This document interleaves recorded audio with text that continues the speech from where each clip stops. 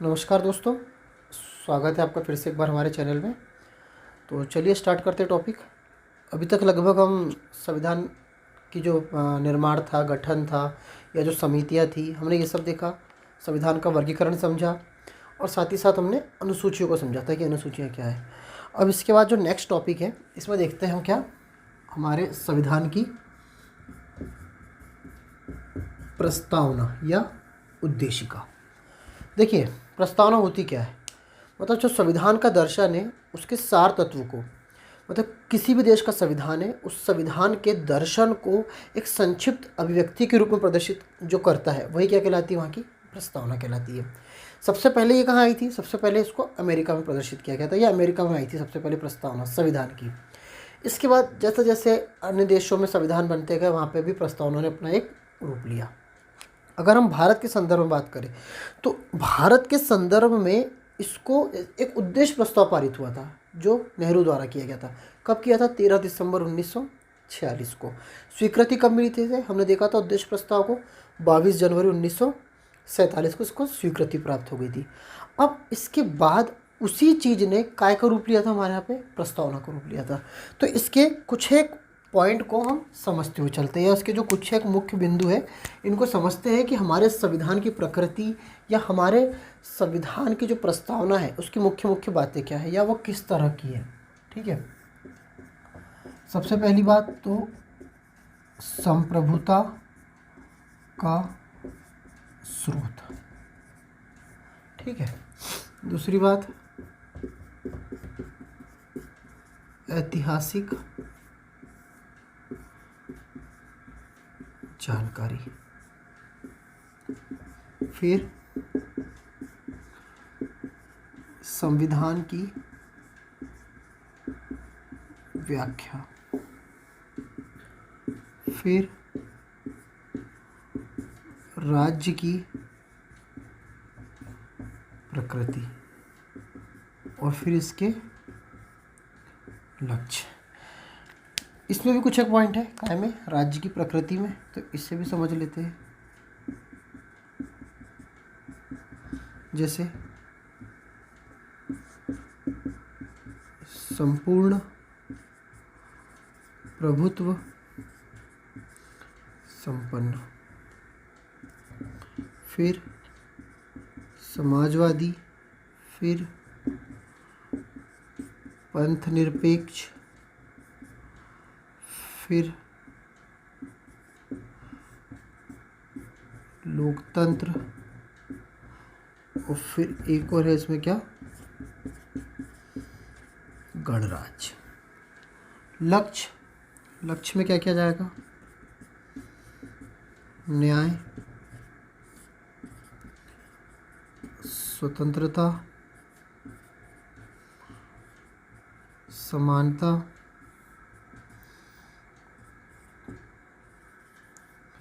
बंधुत्व।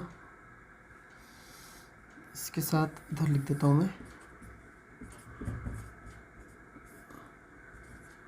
या पहले लिख लो आप यहाँ पे, व्यक्ति की गरिमा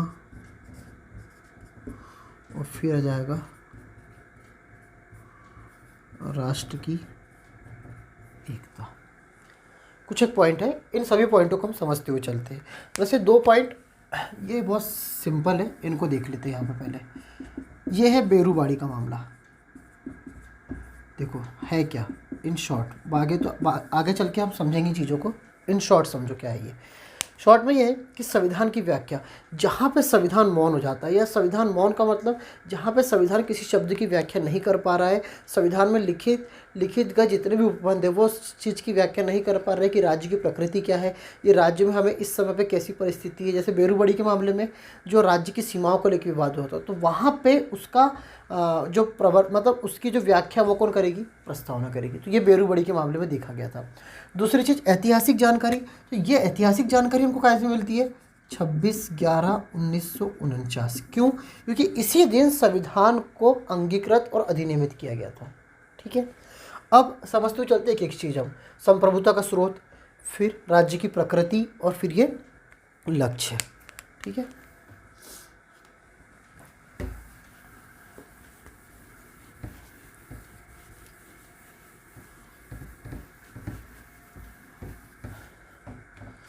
देखिए, संप्रभुता का स्रोत क्या है हमारे यहाँ की संप्रभुता का स्रोत? संप्रभुता का स्रोत है जनता। संविधान की पहली लाइन क्या है? पहली लाइन, हम भारत के लोग, यही है, we the people of India, हम भारत के लोग, यही है संविधान की पहली लाइन। अब सबसे बड़ी बात आती है कि संप्रभुता का स्रोत ही क्या है? जनता। संप्रभुता मतलब कि जहाँ पे निर्णय लेने की क्षमता उस सरकार की स्वयं की, वही संप्रभु राज्य कहलाता है। तो हमारे यहाँ पर निर्णय, हमारे यहाँ पे शासन कौन करता है? जनता करती है, क्योंकि शासन चुना किसके द्वारा जाता है? जनता के द्वारा ही चुना जाता है। तो संप्रभुता का स्रोत क्या कहलाएगी? जनता कहलाएगी। अब इसको लेके कुछ एक विवाद है। विवाद क्या है? विवाद के मुख्य दो बिंदु ये है कि सबसे पहली बात तो यह वयस्क मताधिकार के आधार पर नहीं था। दूसरी बात, ब्रिटिश अधिनियम द्वारा पारित था।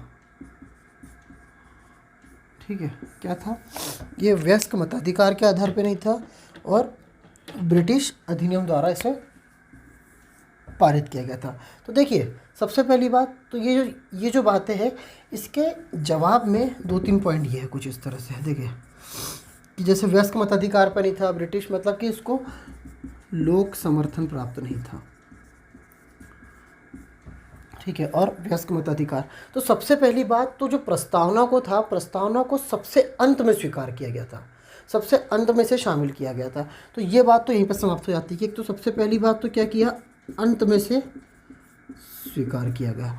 और दूसरी बात, जो वयस्क मताधिकार के आधार पर चुनाव नहीं हुआ था, तो देखिए इस समय जब प्रस्तावना, जब संविधान सभा का निर्माण हुआ था, संविधान सभा में सभी महत्वपूर्ण नेता लोग थे। अगर जनता भी चुनती तो इन्हीं को चुनती।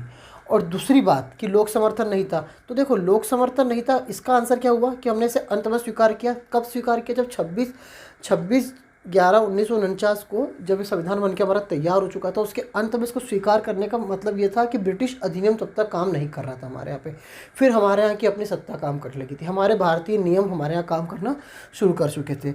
और सबसे मेन बात तो जनता ही हमारे यहाँ संप्रभुता का स्रोत है। तो ये पूरी तरह से मतलब कि ये फेल हो जाती है यहाँ पे। ये बात समझे आप कि संप्रभुता का स्रोत क्या है? इसका मतलब सिर्फ और सिर्फ जनता ही है।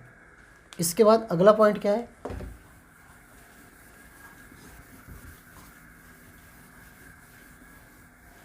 अगला पॉइंट है संपूर्ण प्रभुत्व संपन्न। देखिए अगला पॉइंट है इसका संपूर्ण प्रभुत्व संपन्न। संपूर्ण प्रभुत्व संपन्न का मतलब होता है आंतरिक व बाह्य निर्णय स्वयं लेना। अब समझिए, कोई राष्ट्र संपूर्ण प्रभुत्व संपन्न राष्ट्र है, इसका निर्णय तब लिया जाता है कि उस राष्ट्र की सरकार द्वारा अपने आंतरिक, जितने भी अपने आंतरिक मामले हैं और अपने बाह्य विदेशी मामले, संचार के मामले, सैनिक के मामले, जितने भी बाह्य मामले हैं, वह सरकार अगर स्वयं लेती है तो वह राष्ट्र कैसा राष्ट्र है? संपूर्ण प्रभुत्व संपन्न राष्ट्र है। तो सबसे पहली बात तो यहाँ पे प्रश्न चिन्ह कहाँ लगाया जाता है? कहाँ पे प्रश्न चिन्ह लगाया जाता है कि हमने काय की सदस्यता ली थी? राष्ट्रकुल की सदस्यता ली थी। देखिए हुआ क्या था, 2-3 पॉइंट समझिए। आयरलैंड ने 1948 में एक्ट पारित करके अपने आप को राष्ट्रकुल से अलग घोषित कर दिया। राष्ट्रकुल से अलग घोषित कर दिया मतलब अपने आप को ब्रिटेन से उसने स्वतंत्रता रूप में घोषित कर दिया। किसने? आयरलैंड ने। 1956 तक पाकिस्तान ने किसके अधीन रहा? ये ब्रिटेन के अधीन रहा। लेकिन हमने जैसे ही हमारा संविधान बनकर तैयार हुआ था, हमने ब्रिटेन से पूरी तरह से नाता तोड़ दिया था। मतलब कि हमने 26/11 के बाद 26/11/1949 कह लो या फिर 26 जनवरी 1950 कह लो, इसके बाद हम पूर्ण रूप से हम कैसे थे? स्वतंत्र थे। 1947 के बाद से हमने स्वतंत्र घोषित कर दिया था अपने आप को। लेकिन इसके बावजूद भी क्या होता है? नेहरू जी ने काय की सदस्यता ली थी? राष्ट्रकुल की सदस्यता। तो जब इसके बावजूद भी नेहरू जी द्वारा राष्ट्रकुल की सदस्यता ली गई थी तो उन्होंने 1949 में लंदन में हुई प्रधानमंत्रियों की बैठक में ये कहा था कि हम आज़ाद होने के बावजूद भी काय की सदस्यता ले रहे हैं, राष्ट्रकुल की सदस्यता ले रहे हैं, तो हम इससे ब्रिटिश साम्राज्य के विस्तार के रूप में न देखते हुए राष्ट्रमंडल के एक संगठन के रूप में देखते हैं। देखिए क्या कहा उसने कि हम राष्ट्रकुल की सदस्यता ले रहे हैं तो हम इसे ब्रिटिश साम्राज्य के विस्तार के रूप में नहीं देख रहे, हम इसे काय के रूप में देख रहे हैं, राष्ट्रमंडल के संगठन के रूप में इसे देख रहे हैं। मतलब अगर ब्रिटिश प्रधानमंत्री भारत भी आता है तो वो राष्ट्रपति मतलब उसका सम्मान करेंगे, वो राष्ट्रपति से बढ़कर हमारे यहाँ नहीं होगा, वह एक अन्य देश का सिर्फ राष्ट्र प्रमुख ही कहलाएगा हमारे यहाँ पे। तो ये हो गया संपूर्ण प्रभुत्व संपन्न, मतलब इस बात को भी यहाँ नकार दिया गया था। ठीक है, इसके बाद क्या है अगला,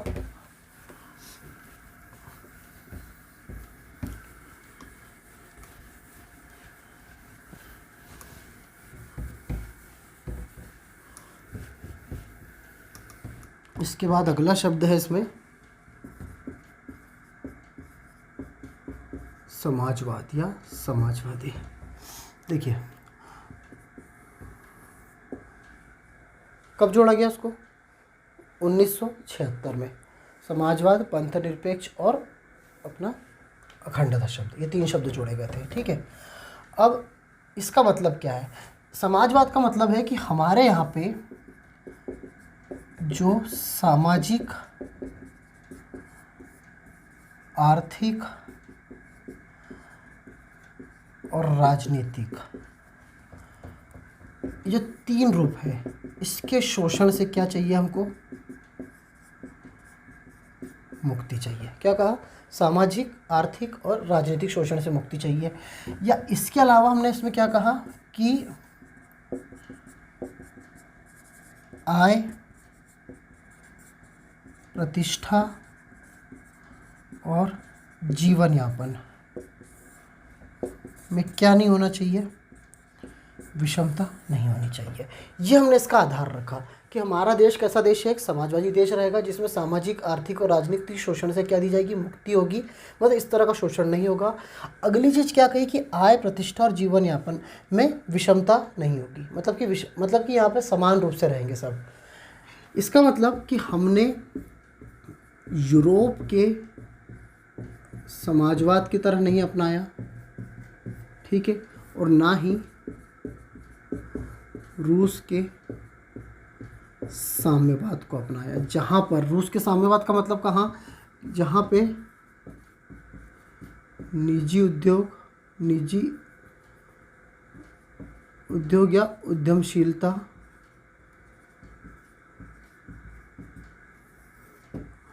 ठीक है, जहाँ पे निजी उद्यमशीलता जैसी चीज़ें हमने क्या कहा कि जैसे हमने यहाँ पे ये कहा कि हम लोकतंत्र में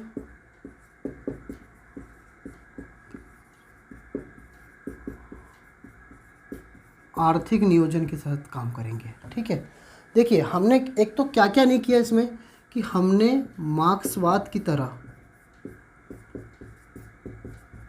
हिंसक समाजवाद को नहीं अपनाया। ठीक है, हमारा समाजवाद कैसा समाजवाद नहीं था? मार्क्सवाद की तरह हिंसक समाजवाद नहीं था। हमारा समाजवाद कैसा था? अहिंसक समाजवाद था। इसके अलावा क्या, जैसे कि हमने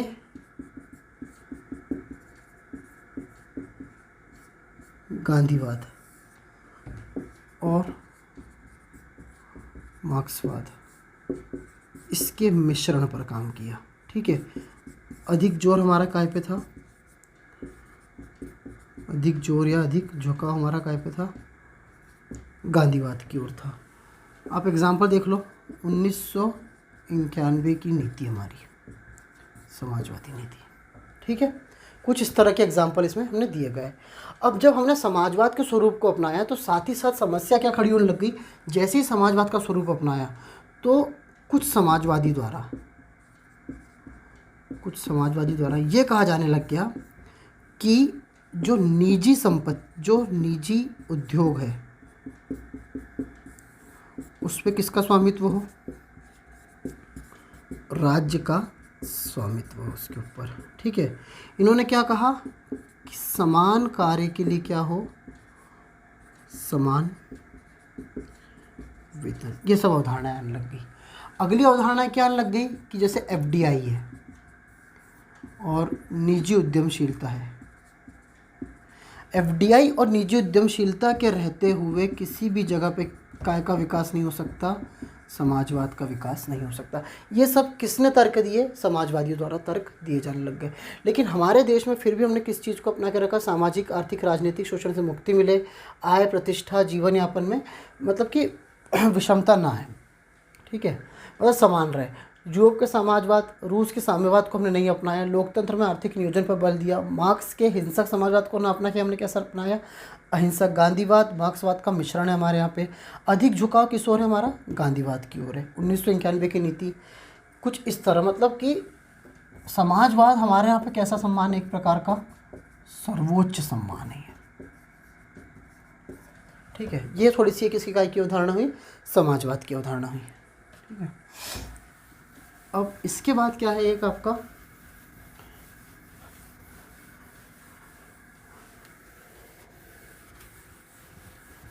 पंथ निरपेक्ष, देखते हैं इसे।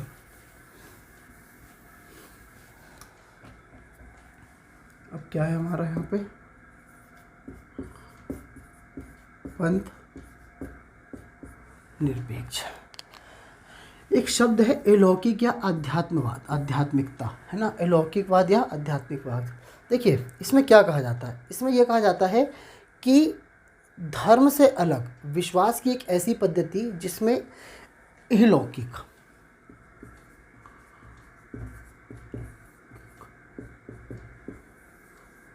ठीक है, मतलब विश्वास की एक ऐसी पद्धति जो धार्मिक आस्था, जिसमें धार्मिक आस्थाओं और उपासनाओं को नकारा जाता हो, जिसमें क्या कर रहे हैं, धार्मिक आस्था और उपासनाओं को नकारा जाता हो। जैसे ब्रिटेनिका, यहाँ ये काय पर जोर देते हैं, उपयोगितावाद पर जोर देते हैं, जिसमें मनुष्य के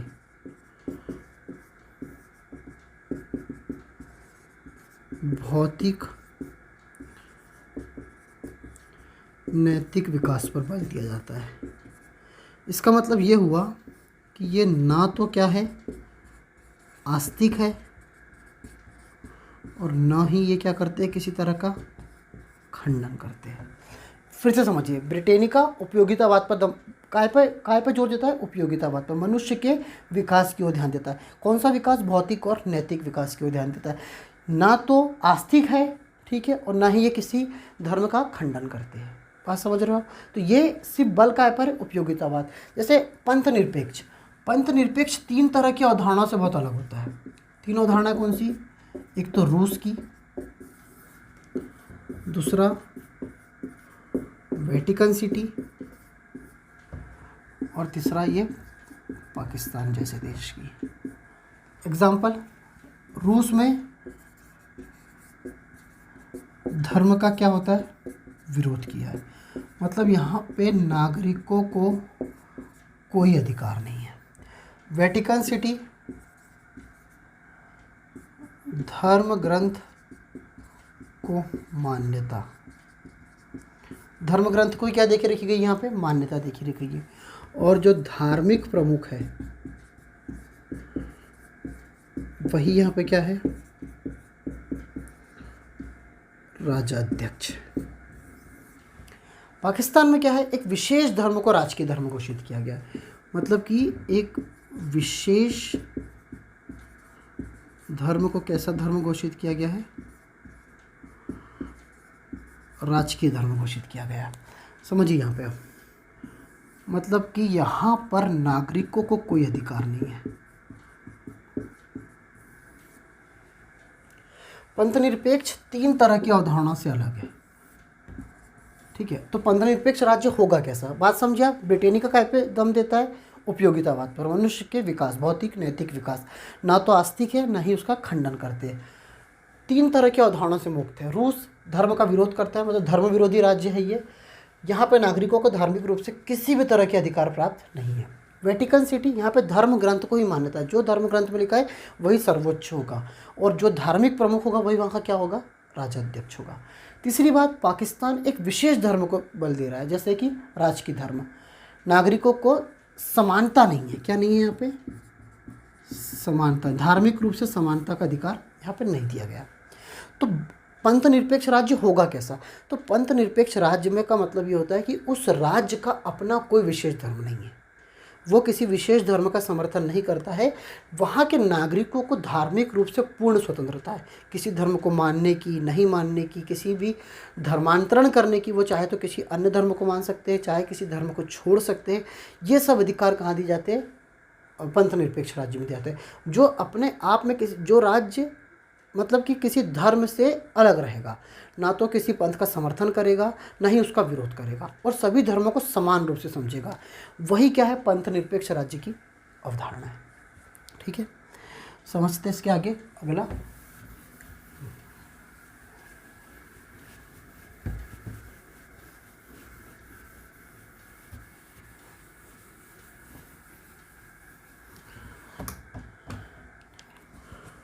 लोकतंत्र या लोकतांत्रिक राज्य। देखिए, लोकतंत्र का मतलब क्या होता है, हमारे यहाँ पे कैसा लोकतंत्र है, अप्रत्यक्ष या परोक्ष। कैसा लोकतंत्र हमारा, अप्रत्यक्ष या परोक्ष लोकतंत्र।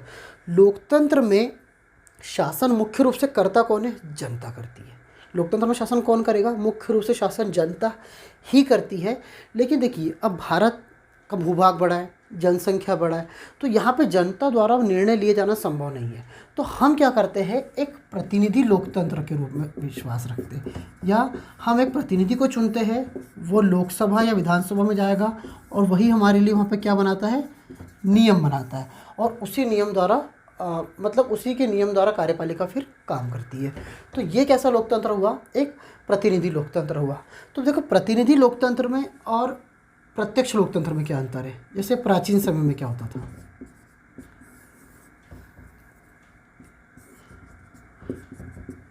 इकट्ठे हुए और काय का निर्माण कर रहे हैं, विधि का निर्माण कर रहे हैं। लेकिन ये प्रक्रिया ना धीरे धीरे क्या होने लग गई, जटिल होने लग गई। जब ये प्रक्रिया धीरे धीरे जटिल होने लग गई तो काय की समाप्ति होने लग गई, प्रत्यक्ष लोकतंत्र में क्या आ गई, धीरे धीरे समाप्ति होने लग गई। हालांकि अभी भी कई जगहों पे प्रत्यक्ष लोकतंत्र काम करता है। जैसे हमने इसके पहले के वीडियोज़ में देखा था, जब हम स्विट्ज़रलैंड का संविधान पढ़ रहे थे, तो वहाँ पे पहल, जनमत संग्रह, कुछ इस तरह के कार्यक्रम होते थे। जैसे अभी कहाँ पर है, आप ये समझ लो, स्विट्ज़रलैंड में। ठीक है, यहाँ पे क्या होता है कि छोटी छोटी चीज़ों के लिए जनमत संग्रह कराया जाता है, या पहल होती है, जनमत संग्रह कराया जाता है। जैसे स्कूल की छुट्टी, कुछ एक चीज़ों की, वस्तुओं के मूल्यों पर, इन सब चीज़ों पर जनमत संग्रह करा लिया जाता है कि स्कूल की छुट्टी किस समय के लिए रखना है, कितने समय के लिए रखना है, जनता से पूछा जाता है। जापान हो गया, ब्रिटेन हो गया, स्विट्ज़रलैंड हो गया, ऐसे कुछ एक देश है जहाँ पर जनमत संग्रह जैसी चीज़ें अभी भी करवाई जाती है, क्योंकि वहाँ की जनसंख्या कम है। मैंने आपको एग्जांपल भी दिया था कि ब्रिटेन है ना, ब्रेक्जिट के लिए क्या करवाया था उन्होंने, जनमत संग्रह करवाया था।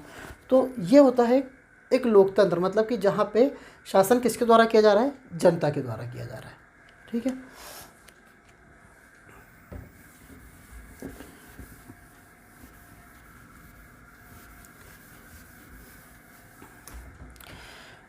गणराज्य का मतलब क्या होता है,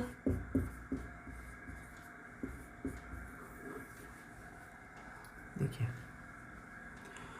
गणराज्य का मतलब सिंपल सा ये है कि यहाँ पे शासक कैसा नहीं रहेगा, वंशानुगत नहीं रहेगा, वह किसके द्वारा चुना जाएगा,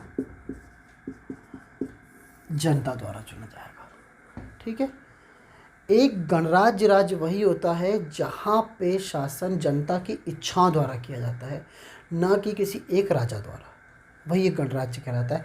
मतलब राजा की इच्छा नहीं होगी, जो कुछ होगी जनता की इच्छा के द्वारा ही शासन किया जाता है। मोहम्मद हिदायतुल्लाह साहब ने ये कहा भी था, ठीक है। मतलब वंशानुगत नहीं रहेगा, कैसा रहेगा, ये जनता द्वारा चुना जाएगा। वही क्या कहलाता है, गणराज्य। जैसे हमारे क्या राष्ट्रपति को प्रत्यक्ष रूप से तो हम नहीं चुनते हैं, लेकिन अप्रत्यक्ष रूप से वो हमारे द्वारा ही चुने जाते हैं, क्योंकि हम विधानसभा के सदस्यों को चुनते हैं और हम लोकसभा के निम्न सदन के सदस्यों को चुनते हैं, और वही सब मिलकर किसको चुनते हैं, भारत के राष्ट्रपति को चुनते हैं, ठीक है।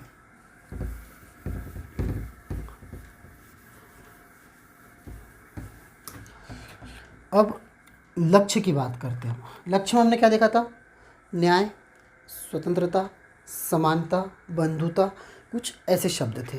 तो सबसे पहला तो क्या है इसमें, न्याय। किस तरह के न्याय की बात कर रहे हैं, कानूनी न्याय है क्या ये?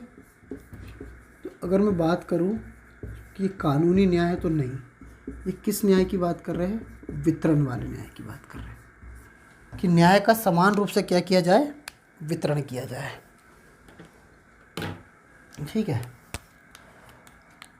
कौन कौन से न्याय का,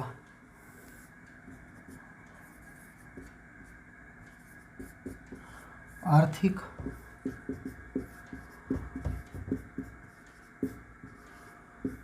सामाजिक और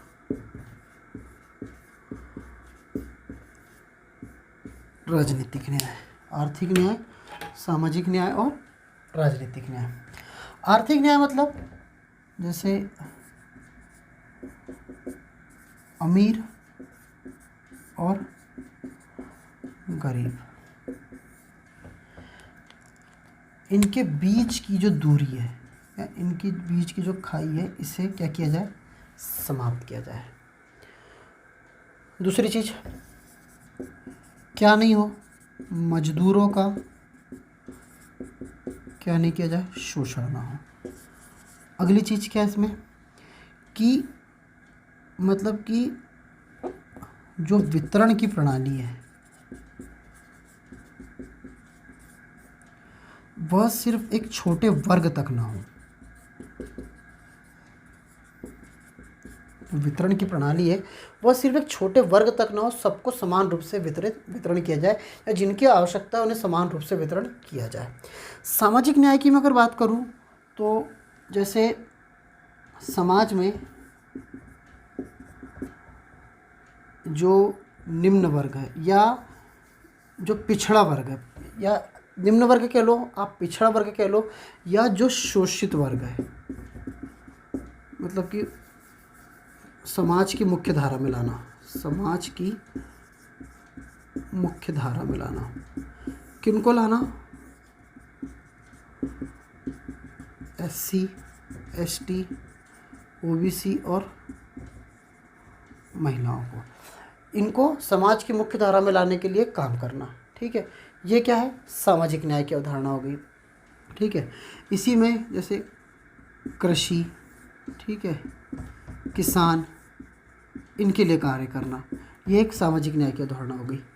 राजनीतिक रूप में अगर मैं बात करूं तो आर्टिकल 325 और 326 वोट का समान अधिकार देता है ये सभी को। ये क्या हुई, आपकी एक न्याय की अवधारणा हो गई। कौन सा न्याय, आर्थिक न्याय, सामाजिक न्याय और आपका राजनीतिक न्याय, ठीक है।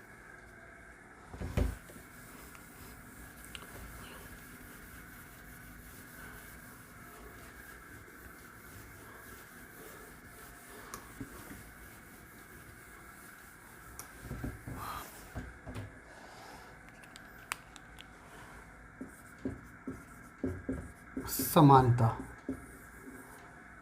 देखिए समानता में किस तरह की बात, जैसे कि अगर अपन बात कर ले आर्टिकल 14 से लेकर आर्टिकल 18 तक के, व्यक्ति को समान रूप से सभी अधिकार है।